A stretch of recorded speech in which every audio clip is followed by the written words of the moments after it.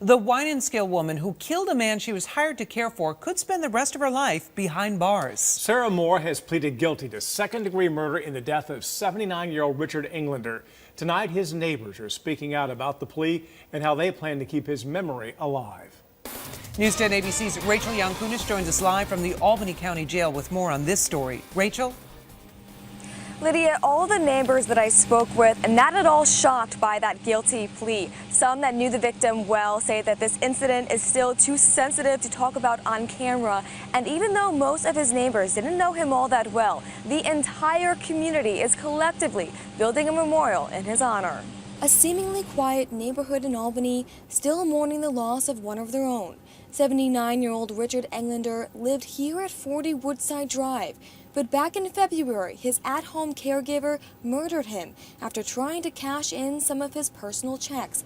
In court Monday morning, 35-year-old Sarah Moore pleaded guilty to second-degree murder. According to police, Englander hired Moore through a Craigslist ad, unaware of a criminal background. Richard Moore lives a couple of homes down from the scene.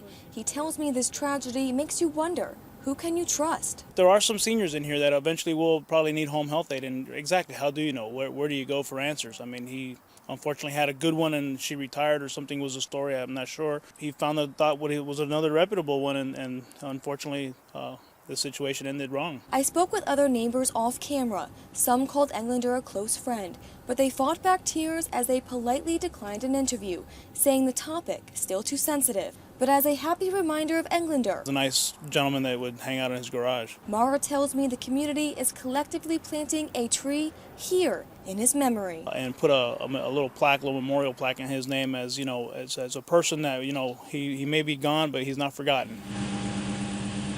Now, Moore will stay here in Albany County Jail until October 14th. That is her expected sentencing date, where she would get 25 years to life in state prison. Live in Colony, I'm Rachel Yankunis, News 10 ABC.